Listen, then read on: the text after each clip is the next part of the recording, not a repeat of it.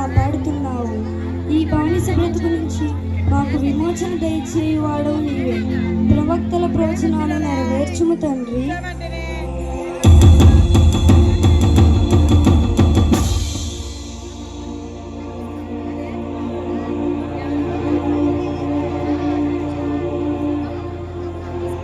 మరియా, మరియా, దయాప్రాప్తురాలా, నీకు శుభము. ప్రభువు నీకు తోడై ఉన్నాడు. ఏమన్నారు? నాకు శుభవచనమా? అవును, సర్వ సృష్టికర్త అయిన ఆ దేవుడే నన్ను పంపించాడమ్మా. ఇదిగో, నీవు గర్భము ధరించి కుమారుని కాని ఆ కుమారునికి యేసు అను పేరు పెట్టుదవు. నీకు పుట్టబోయే శిశువు యాకోబు వంశస్థులను సదాకాలము కాపాడును. ఆయన రాజ్యము అంతము లేనిదై ఉన్నది. నేను పురుషుని ఎరుగనదానిది కదా, ఇది ఎట్లా జరుగును? పరిశుద్ధాత్మ నీ మీదికి వచ్చును, సర్వోన్నతుని శక్తి నిన్ను కమ్ముకొనును. కనుక నీకు పుట్టబోవు శిశువు పరిశుద్ధుడై దేవుని కుమారుని పడును. మరియా, నీ బంధువు అయిన ఎలిజబెత్ కూడా వృద్ధాప్యమందు గర్భము ధరించినది. దేవుడు చెప్పిన మాట ఏదైనాను నిరాధకము కాదు.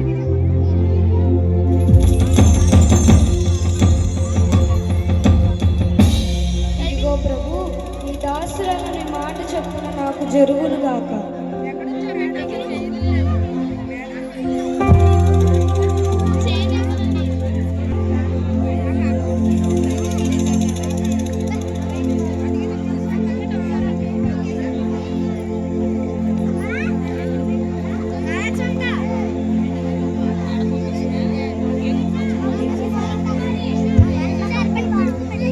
వందనములు. మరియా, వందనములు. స్త్రీలలో నీవు ఆశీర్వదింపబడిన దానివి, నీ గర్భఫలము ఆశీర్వదింపబడును. నా ప్రభు తల్లి నా యొద్దకు వచ్చట నాకు ఎంత ధన్యము. మరియా, ఈ శుభవచనము నా చెవిన పడగానే నా గర్భంలోని శిశువు ఆనందంతో గంతులు వేశాడమ్మా. నా ప్రాణం ఆయనను కనపరుచున్నది. ఆయన తన దాసురాలి దినస్థితిని కటాక్షించును. మరియా, నీ బలపడి వరకు ఇక్కడే ఉండు, లోపలికి రమ్ము.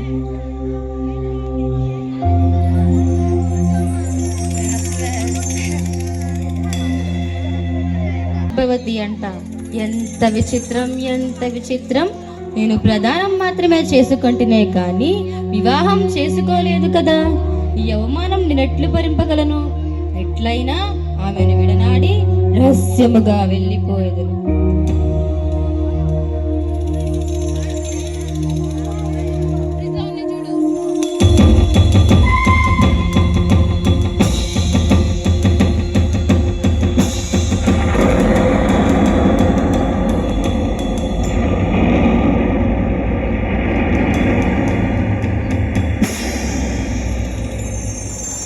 దావీదు కుమారుడైన యోసేపు, నీ భార్య అయిన మరియాను చేర్చుకునుటకు భయపడకుము. ఆమె పరిశుద్ధాత్మ వలన గర్భము ధరించినది. ఆమె ఒక కుమారుని కనెను. ఆ కుమారునికి యేసు అని పేరు పెట్టుదవు.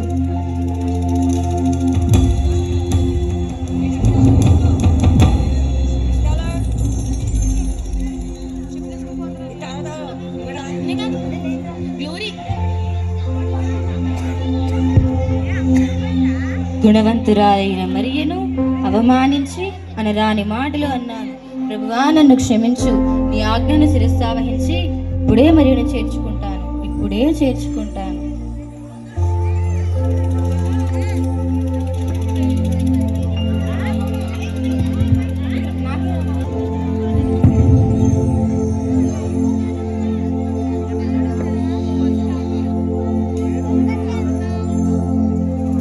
మరియా, నన్ను క్షమిస్తావా? మరియా, నీ విడనాడాలని ఉద్దేశించి నీవు నన్ను హృదయపూర్వకంగా క్షమించాలి.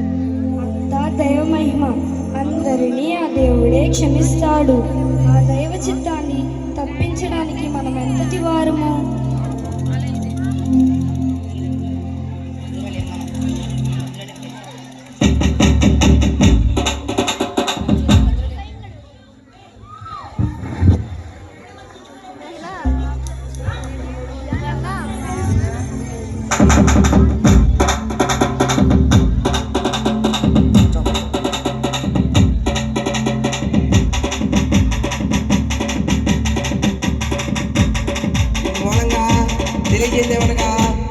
సమస్తలోకానికి దశశంకరాయలని క్రైస్తవ రాజ్ఞ వారాజ్ఞ ప్రకారంగా ఏ దేశం చెందిన ఆ దేశానికి, ఏ ఊరు చెందిన ఆ ఊరికి వెళ్ళిపోవాల్సిందో.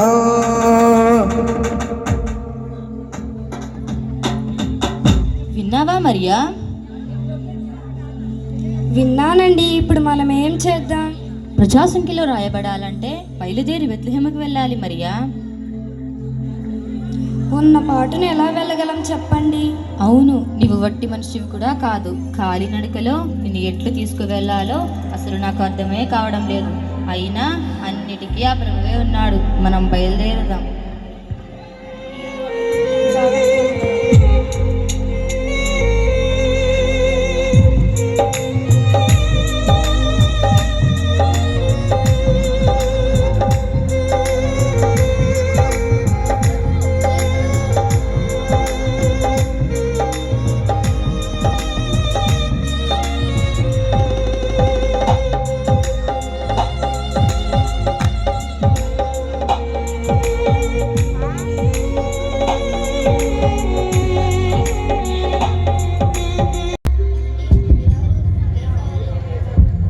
అయ్యా, చాలా దూరం నుంచి ప్రయాణం చేసి వచ్చినవి.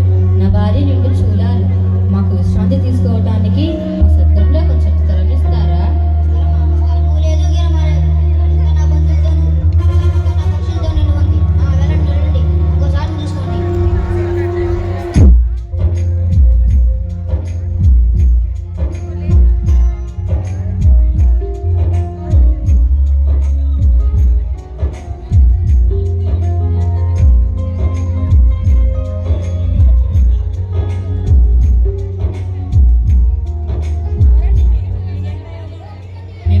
తీసుకోవటానికి ఈ సత్రంలో కొంచెం స్థలమేమైనా ఉండిందా బాబు?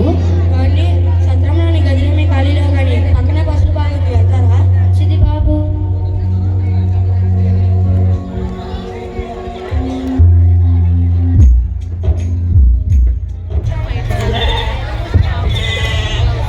హై హై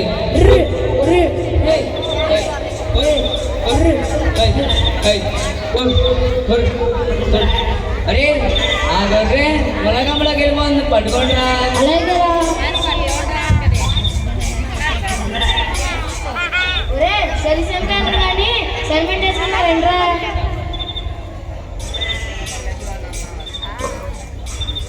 రంగన్న సెలిమెంట్ వేసుకున్నావు, రారా? శంకర్లా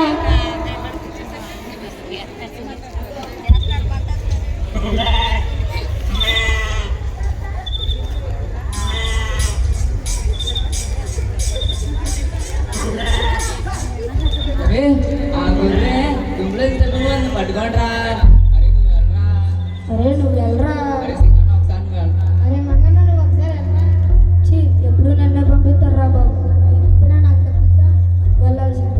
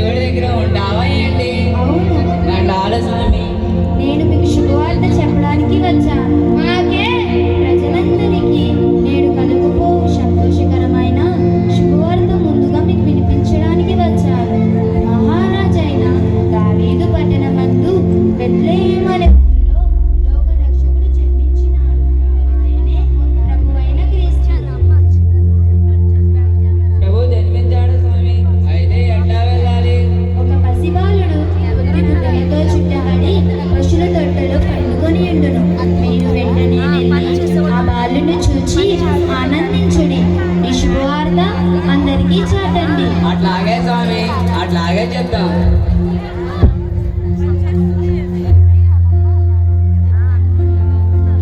రండిరో రండన్న రక్షకుడు పుట్టినాడు, రండిరో రండన్న. ఇక్కడ ఏదో నక్షత్రం ఉంది. అంతకు ముందు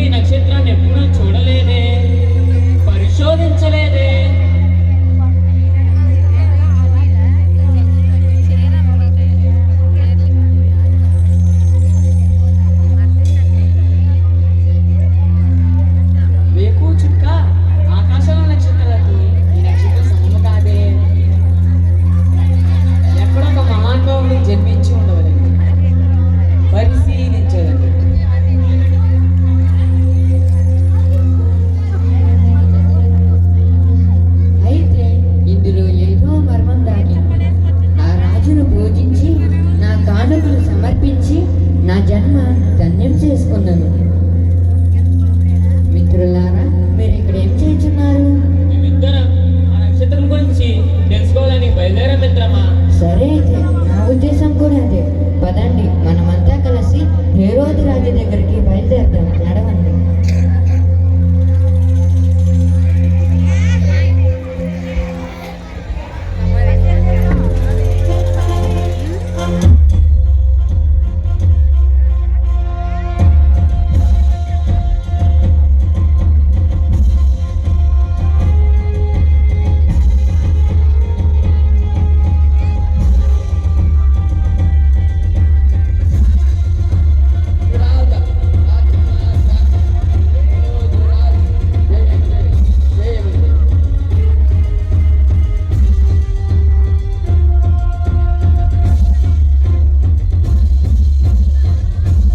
మంత్రివర్య, రాజ్యంలోని క్షేమ సమాచారాలు ఎలా ఉన్నవి?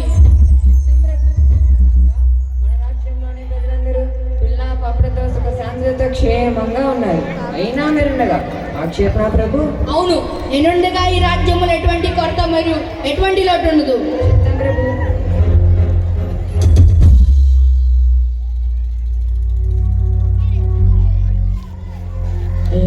మీరు ఎక్కడి నుంచి వచ్చింది?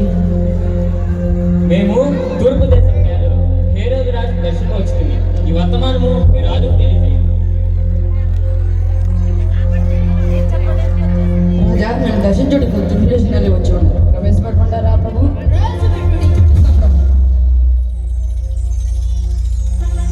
తూర్పు దేశంలో మా రాజు దర్బార్లోకి ప్రవేశించు. రాజాధిరాజ రాజమార్తాండ హేరోదు రాజుకు జయము జయము జయము. తూర్పుదేశ జ్ఞానులారా, స్వాగతం. అర్జునులు కండి.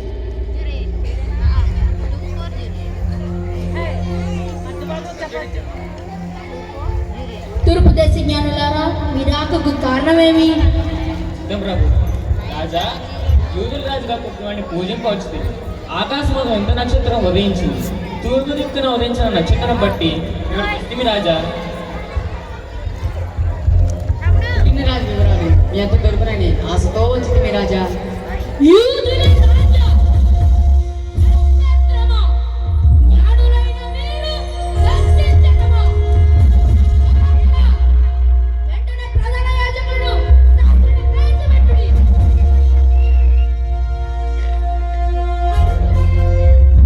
ప్రధాన యాజకులారా, శాస్త్రులారా, మా రాజు దర్బార్లోకి ప్రవేశించు.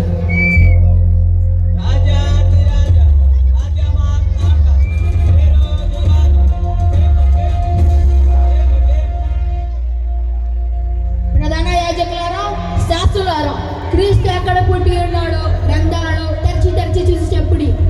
త్వరగా త్వరగా.